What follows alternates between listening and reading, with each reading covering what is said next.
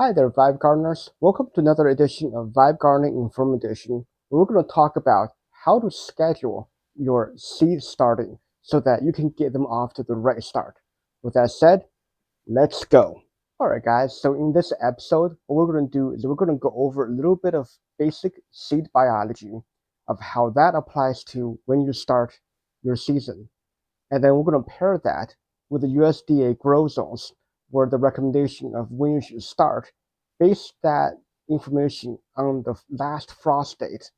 We're going to pair up the seed biology with grow zone and how that plays into the last frost date to get you started the right timing of when to start seed starting. And that basically will lead us right into the application, which is how to read the seed packets from one of the retailers and be able to determine how you can start your seeds at the right time with how much you need and how that's going to translate to success in your season. Now, keep in mind, this episode is really geared towards the colder climates that does have frost dates. Now, I don't 100% know how to deal with situations that don't have frost dates. I'm sure you're going to find other content creators out there or other blogs that describe it. But I'll go over a little bit of what happens with the harsher climates, like we do here in the United States. Now, with that said, here we go. All right, so let's talk a little bit about the different developmental stages of a plant. Now, technically, there are 6 different stages of development for a plant. But for us, for starting seeds, we really only have to worry about the first 3 stages, which are germination, the seeding stage, and the early vegetative state. And everything from that point really doesn't matter for seed starting because once we get outdoors, the rest of it really depends on the plant itself. So right here, I have a diagram here. It's a little janky. It's very, very basic. This image right here really has 3 lines. So the first line is the seed in its germination stage up to that point, that line. The second line is going to be where the seeding stage happens, where it's really kind of transitioning from the seed to its independent development. And then once you remove the line, the whole entire image is going to be basically the early vegetative state, where the plant has some basic regular leaves going on, and it's basically ready to go out there and face the wild and go out on its own. So that's the basic idea of how the different life stages we're going to talk about here. So the first stage we're going to talk about is the germination stage. The germination stage really um, involves really understanding what's in the seeds and makes it being able to carry out life from its dormant state.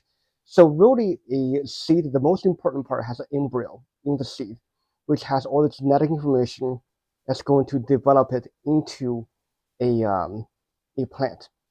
And then the rest of it really is going to be dictating stored energy and other ways of transitioning into the next state. So it generally will have a cotyledon, I think I pronounced it correctly, which eventually you'll see me move away from that word. I can't pronounce it. And sometimes would have even energy stores stored in the seed that's going to give it that extra little boost going forward. And the way that the seed transition from seed to germination really depends on 3 main factors. Now there are there are some plants that needs more, the really edge cases, but the 3 main ingredients to germination for every seed out there is going to be absolute water, which really is a catalyst to wake the seed up, and then you're going to have yourself oxygen, which basically gives it energy, to simplify things here. And then finally, the main thing that you need for germination is going to be warmth, because if the warmth isn't, if the warmth is not there, then the enzymes can't work. Because like humans, plants need enzyme to be able to carry out all the reactions in its body to make it operate. So without the enzyme to really transform the plant, there's no, obviously it's not going to go to the next stage, right? So those are the main stages it needs. And then some other seeds, depending on edge cases, may need light.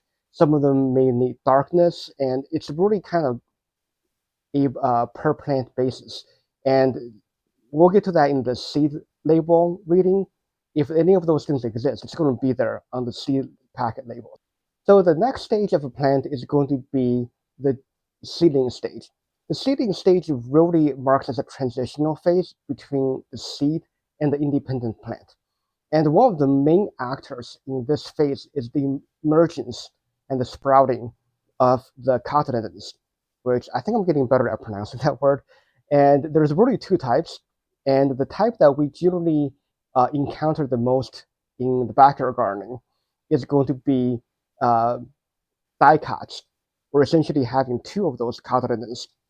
And then for the ones that we don't see very often, for example, like grass and stuff for backyard gardening, now I know people who know with lawn care, they're going to see some of that, are going to be monocots. And monocots, like I said, are generally not what we talk about in the vegetable gardening side of things. And based on that, it basically changes some of the biology of how things work, but for us, it doesn't really matter. And one of the main purpose of this cotyledon is that with the dicot, particularly for us, is that they really bridge the gap between using stored energy from the seed to being able to independently develop energy on its own using photosynthesis. Majority of the cotyledons actually can do photosynthesis, but that's not a given fact. But for sure, they have stored energy from the seed that's going to be able to let this plant go from seed stored energy to become a self-independently developing plant. And also at that stage, another important thing is a root development starts to get established, where it goes from a single little root that comes out from the germination phase to becoming a very developed root system, as we know from a lot of the images we see online of real plants. So that is the main purpose of the seedling stage, is for it to be able to go from dependent on the seed stored energy to be able to generate its own energy independently and become its own mature and independent plant. So the final stage that we're going to talk about in our episode here is going to be the early vegetative state. And the main purpose of the state is that it's going to basically transition fully from the dependence on stored energy to become self-sufficient in being able to produce energy on its own for its own development. And that is the main purpose of how this happens is the emergence of true leaf. A true leaf is the first time the plant develops a leaf that is able to basically the same makeup as all the leaves it's ever going to create in the rest of its life. And it's going to be able to do full out photosynthesis without any limits. And that is what really marks the beginning of the basically the introduction to the wild for your plants. And this is where it can go. Every plant is a little different on how far it'll go, and also at a stage, even if the plant is just emerging with only its first set of true leaves, as long as the temperature and climate is good outside, you can actually transfer it out without much problem. Of course, you can at any point, but this is the safest point for you to transfer out if you want to start indoors. So now that we kind of understand a little bit about how the developmental stages of a plant works in seed starting, let's talk a little bit about how climate comes into play. And this, to help us gardeners and farmers, the USDA in the United States has developed a hardiness zone, or many times we shorten it to grow zones for our country. And what it does is that the USDA gives you a map that I'll show right here. And this map really kind of maps out where each part in your uh, region really sits in this grow zone. And I'll link below the page to the USDA grow zone. And they're going to be able to even let you type in your zip code and be able to find for you what grow zone you are in. And the limitation of this grow zone is that it is actually really measuring the extreme coldness of your area. Like when it gets cold, how cold does it drop? Which obviously, like I said, it's limited, right? But the thing, what it does is that it gives you the likelihood um, of a plant to be able to succeed and thrive in your zone. And it's mostly extremely important for you to determine if the plant is annual or either it's biennial or perennial. And what that means is that, does your plant completely die off in the winter? Is what this grow zone really says. And if you can come back to the same plant still coming up in the spring. So it's limited, but it does give you a good idea of what you have to plant next year and when you need to get started. So and the thing is, every country has something like this. So again, here's a map I found from the Australian government, where they have the Australian grow zone and where they kind of correlated to the USDA grow zone. Now their grow zone is a little bit more robust in how they do things, and I have a link down there of Australia how they show it. So as you can see, this grow zone is not just limited to any country. Every country will give you a grow zone chart to help you garden and become for farmers food to grow. So that's going to be your basic chart on determining if you can successfully grow something and from year to year, or if you can plant it and let it come back up again without having to do the seed starting again.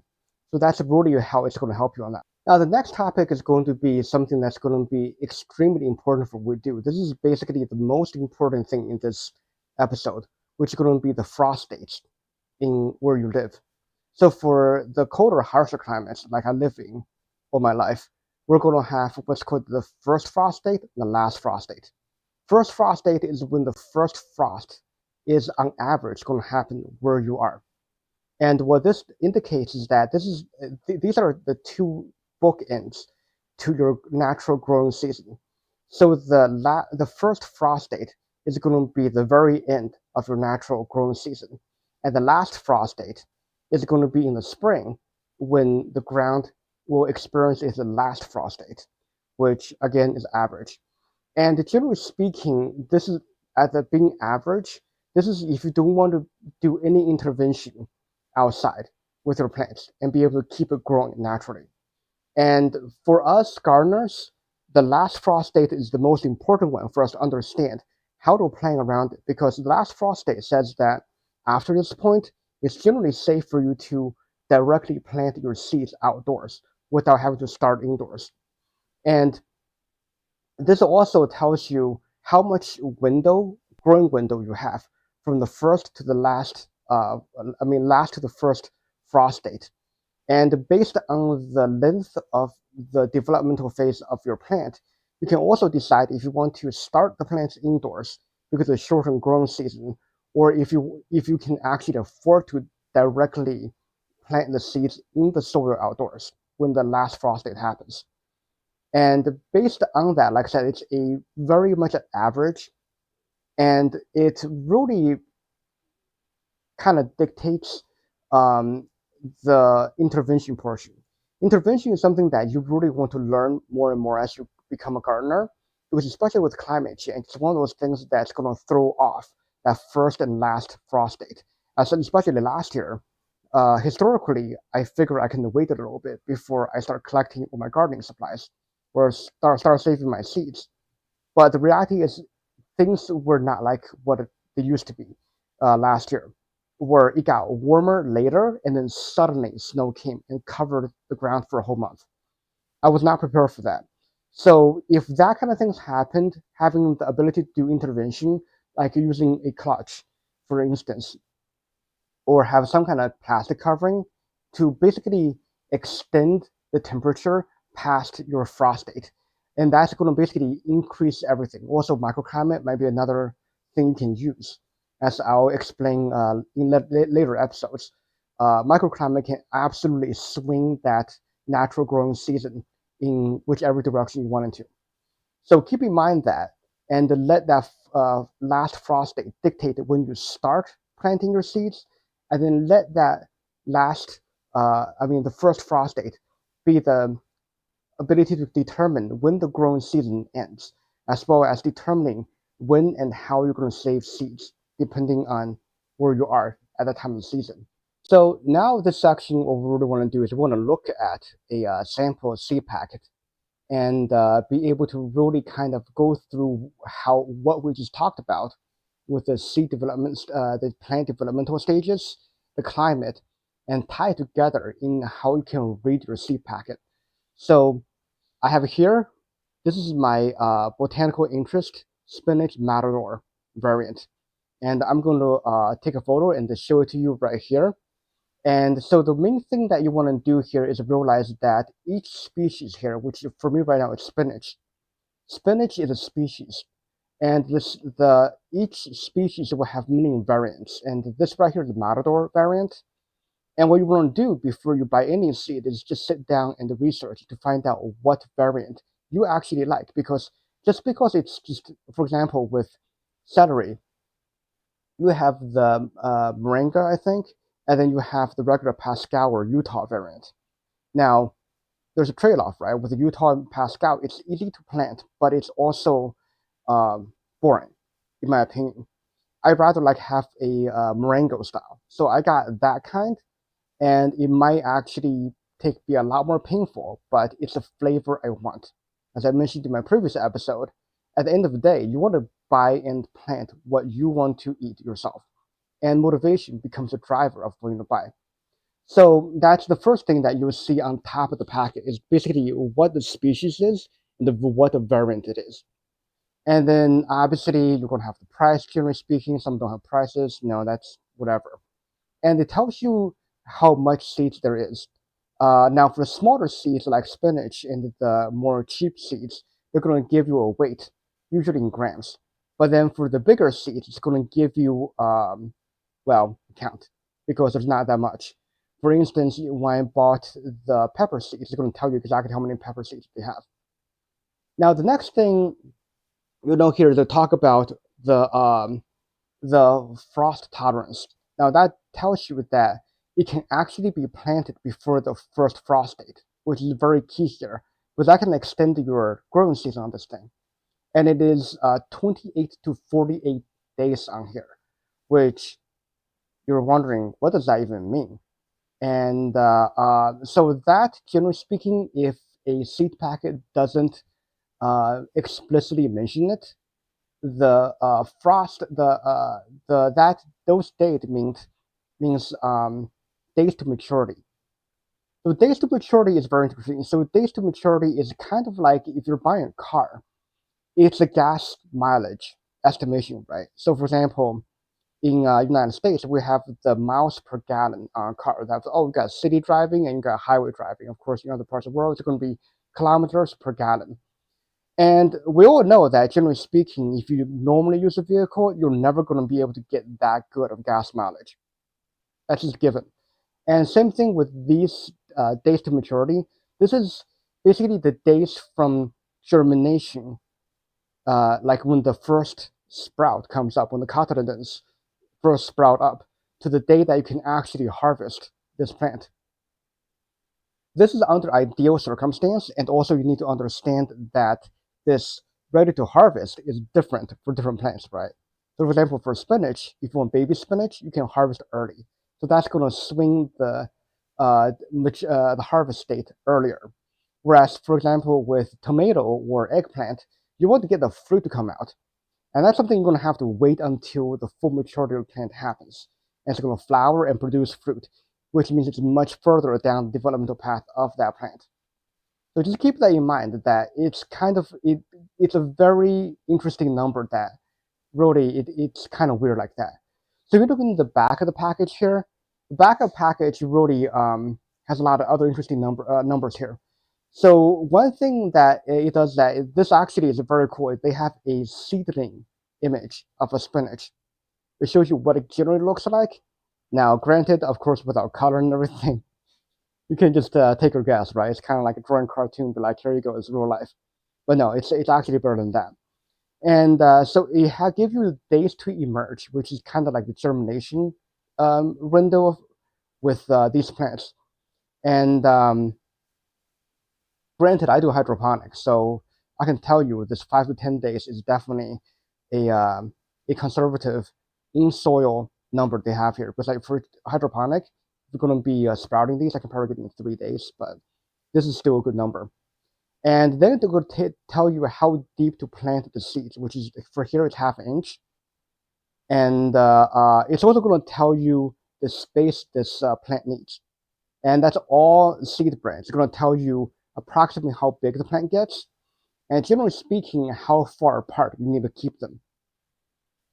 So botanical interest also tells you how to thin them when time comes, which as we get into planting, we're going to get into that. But you generally want to plant more than one seed, and then you basically kill the not so strong or the ones that doesn't come up and keep only one strong one. So this kind of tells you when you can do that. And of course, the maturity date is what it said. Days to maturity is what the front packet has already said. So those are the numbers they have, but also here you'll notice that they also have coverage here, and they also tell you each packet can sow about 36 feet. Now that's assuming that you do it in a row and you keep them apart. And honestly, this is where it's more like a farmer type of thing, where I don't 100% understand how that number really works. And then it tells you when to sow outside if you want to start indoors. Now the interesting thing here with spinach is that they actually recommend you not to start indoors. But if you do want to start, if you can start indoors, it's going to give you some time window and some tips on there, depending on what the plant is. And for outdoors, it tells you the temperature tolerance of this plant, which is the most important part. And as you can see here, the more reputable seed brand that I usually go with, they don't actually put the USDA grow zone map on there for you. Some more generic big box store ones like Burpees or Ferris Morris, I think is the company name. Those brands will actually put on the USDA map there for you, and which I think is a nice touch, but I don't think you necessarily need it because I do think just having the temperature tolerance and the ideal temperature for this is good, and it is actually the only thing you really need. And it even tells you like how hot it gets before spinach stops growing. Now it's also a cold climate, colder weather plant, so it really doesn't grow in the summer. It's really a fall and spring in most regions, so that's why it's really tailored towards that.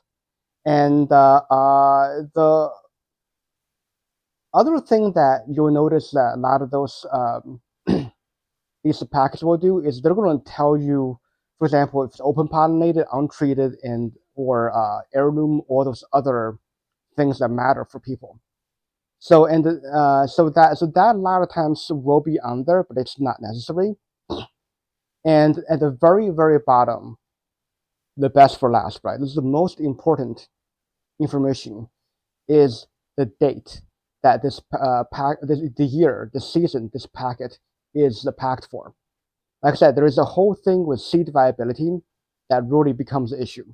When you buy seed packet and if you're in person at a store, you want to make sure you're buying a seed packet that is packed for your season, and at most one season before.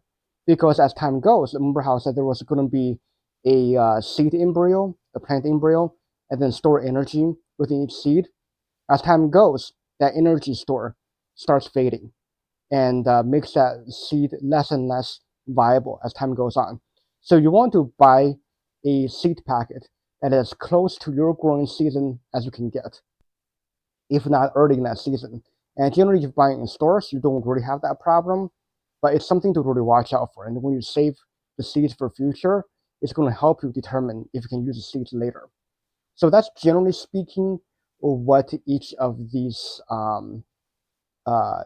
seed packets will include. Some may have more, some may have less, but this is what Botanical Interest has on their seed packets.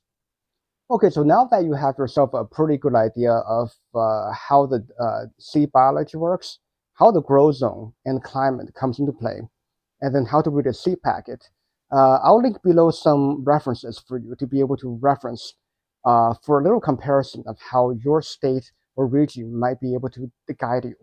So each of the state university extensions that I will link will have information for your region.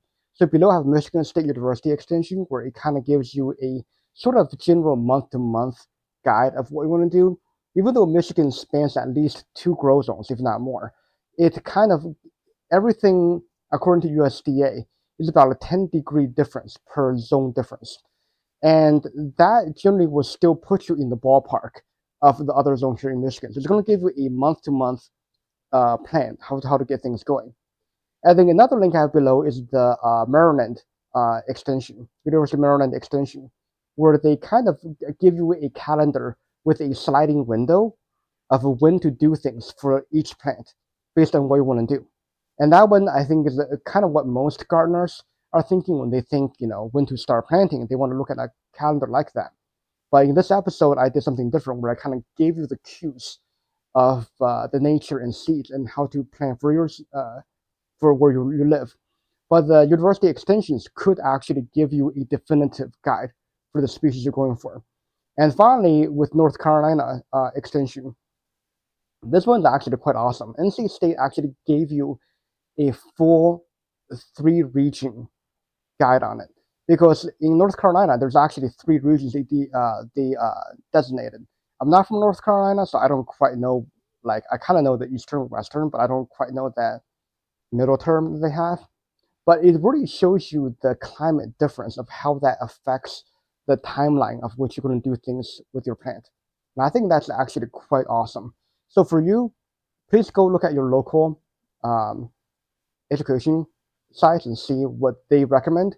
And if not, use the information I've given you, take your seed packet and look up historical climate data and decide what you want to do with seed starting. Alright guys, I got a feeling that was a pretty long episode, and as I kind of just really go through a lot of these very interesting topics about how seed biology ties in with the plant developmental stages, and how it ties into climate with the grow zones and the frost dates, and how to translate that into reading a seed packet. So hopefully I've taught you enough so that you can go and be able to, once you picked what you want to grow, you can look at the seed packet and give yourself a good idea of when you need to start seeds, where you live, and what to expect as you go in your journey. With that said, keep gardening and keep vibing. Let's go.